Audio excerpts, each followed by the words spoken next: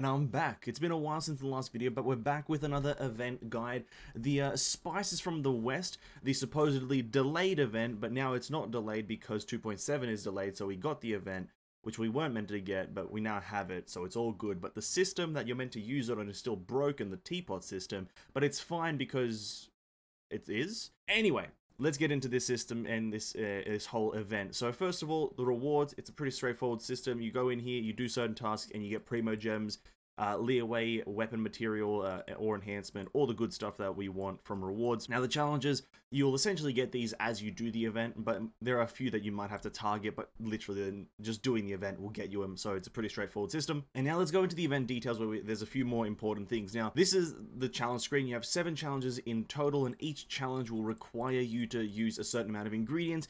And yes, you do have to use your own ingredients. They're not difficult to get. Horsetail is leeway, mint is everywhere, and pepper is from the convenience store characters.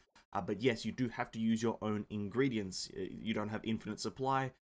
So if you fail 200 plus times, something's wrong with you, not the game. But yeah, because the event is very. But now let's get into the actual cooking where there's a bit more to explain. Moving on to the gameplay screen, there's a few things to go over. So at the top, you have the ingredients list and the order that you need to put them into the actual pot. At the bottom middle, you have this bar where this little tick thing will slide from right to left, and you have to click space or this button on the right side of the screen at the correct ingredient. Now, one thing to bear in mind is that these little things underneath this bar indicate how many times it can bounce off the right or left side of this big bar. If you run out of bounces, then the challenge fails. Now, it's really hard to fail this because the bars and the clicking space is really big, but yes, you can fail this. And when you do fail, your ingredients aren't wasted, or I'm assuming they aren't wasted, because the times that I tested it, I didn't use up any ingredients. So maybe if you put the actual ingredients and then fail, it might still use them.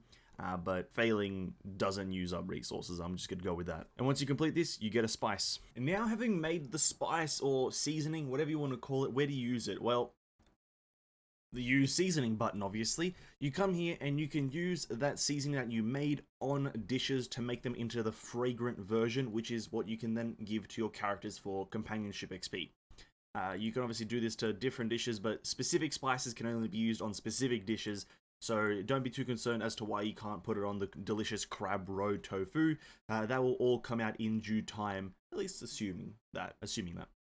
But use it on the delicious grilled tiger fish. Use one and you'll get a fragrant grilled tiger fish, which is a limited time item actually, which is going to go into my next point of where do you use these fragrant dishes that you make when you infuse them with a bit of spice. Now, the place you use them on?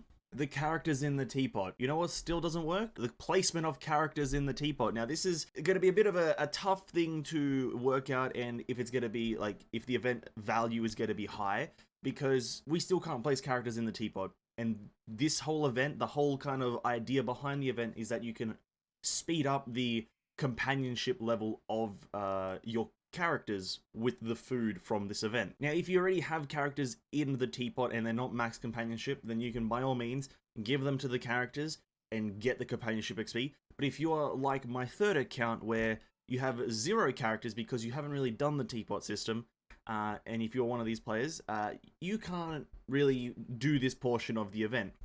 Now, the part that grows more concern is the fact that the items have a time limit. The fragrant grilled fish, the fragrant seasoning, the fragrant mora meat, all the fragrant items, they have a time limit, which essentially means that these items will disappear after the 7th of the next month. That also means that if the teapot system isn't fixed by then essentially half of this event has lost value for a specific portion of players. Hopefully Mihoyo fixes it. I can't really tell if they will, but the primogems are still there. You can still get the primogems, you just can't get the companionship XP, which is, I guess, okay. Companionship XP is just cosmetic in the end, so it doesn't really matter to me, but some people might care. And that's pretty much all for this event, guys. Thank you so much for watching. Like, subscribe, and all that good stuff, and I'll catch you guys in the next stream or the next video.